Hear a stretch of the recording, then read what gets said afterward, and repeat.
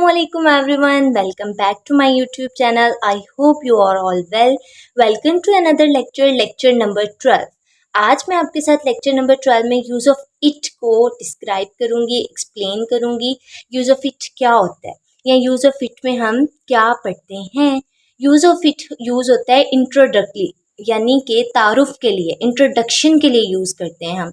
Word it is a pronoun in English that is used to refer something and it serves several purpose and functions. जो it है ये grammatically pronoun में English में use होता है, जिसको हम किसी चीज़ को रेफ़र यानी करने के लिए या फिर बहुत सारे पर्पसेस के लिए, फंक्शंस के लिए यूज़ करते हैं।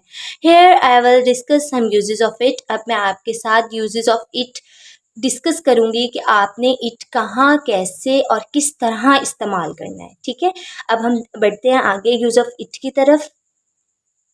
सबसे पहले स्टूडेंट्स मैं आपको बताऊंगी कि एज अ सब्जेक्ट में हम इट किस तरह यूज़ कर सकते हैं। ठीक है, नंबर 1 पे हमारे पास जो यूज़ है as a subject, it can be used as a subject of a sentence. आप इसको सब्जेक्ट ऑफ अ सेंटेंस के लिए भी यूज़ कर सकते हैं।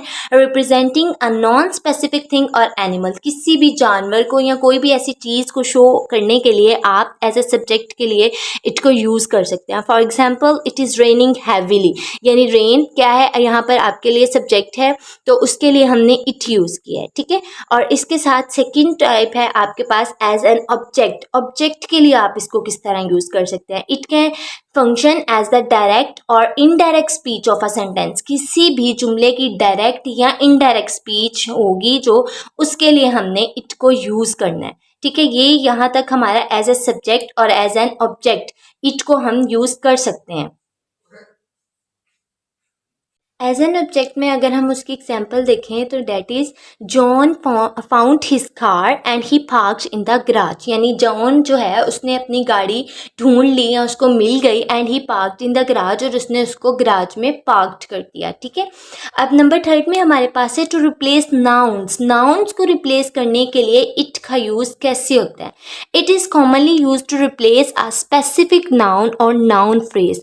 जो इट का इस्तेमाल है हम किसी भी नाउन को या नाउन फ्रेज को रिप्लेस करने के लिए यूज़ करते हैं। For example, the cat is hungry, बिल्ली भूखी है। इट वॉन्ट सम फूड, वो कुछ खुराक चाहती है या कुछ खाना चाहती है।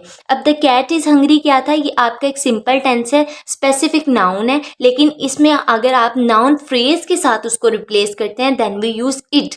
इट वॉन्ट सम फूड, वो कुछ खुराक चाहती है, तो इसके लिए भी हम रिप्लेसिंग नाउन के लिए भी हम इट यूज़ करेंगे। ठीक है, ये था आपका यहाँ तक इट का use as an object, as an subject and to replace nouns. Next अब हमारे पास स्टेटमेंट है how can we use it, हम इट को किस तरह इस्तेमाल कर सकते हैं। ठीक है, आपने ये स्टेटमेंट देखी होगी, यानी कि कैसे, क्यों, किस तरह इस्तेमाल कर सकते हैं हम।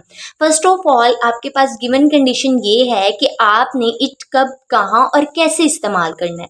It is used for atmospheric condition, आपने किसी भी फ़िज़ाई हालात के लिए, आबो हवा को बताने के लिए आप इट का यूज़ कर सकते हैं। For example, it is raining now, अब बारिश हो रही है, आपने वेदर के प्रोमिनेंट करने के लिए, वेदर बताने के लिए आपने इट का यूज़ किया। या इसी तरह आप ये भी यूज़ कर सकते हैं, इट इज़ हॉट टुडे, आज गर्मी है, तो वेदर की कंडीशन को बताने के लिए हम इट यूज़ करते हैं।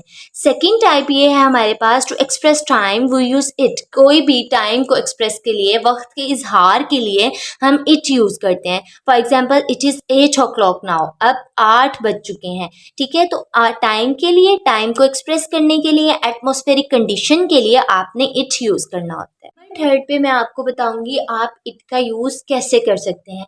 It is use to express month and days, यानी कि आपने महीने या दिन के इजहार के लिए भी आप इट यूज़ कर सकते हैं। For example, it is Sunday today, आज इतवार है। It was the month of June, ये जून का महीना था, यानी मंथ की एक्सप्रेशन के लिए या फिर आप डेज को जस्टिफाई करने के लिए आप बता सकते हैं कि इट का यूज़ हम कैसे कर सकते हैं। Number 4 is that it is use to express distance, distance को भी एक्सप्रेस करने के लिए हम इट यूज़ करते हैं। It is only a short distance now, यानी कि फासला जो है उसको अगर आप प्रोमिनेंट करना चाह रहे हैं, बताना चाह रहे हैं, तो आप इट का यूज़ इस तरह कर सकते हैं। ठीक है, ये थे हमारे ये कुछ यूजेस जिसमें मैंने आपको बताया कि आप इट का यूज़ कहाँ और कैसे कर सकते हैं। आई होप आपको आज का लेक्चर समझ आया होगा। यूज़ ऑफ इट की ये मैंने आपको सारे यूजेस बता दिए हैं। आई होप कि आगे आपकी इंग्लिश के लिए, आपकी स्पोकन इंग्लिश के लिए it very very useful for all of you.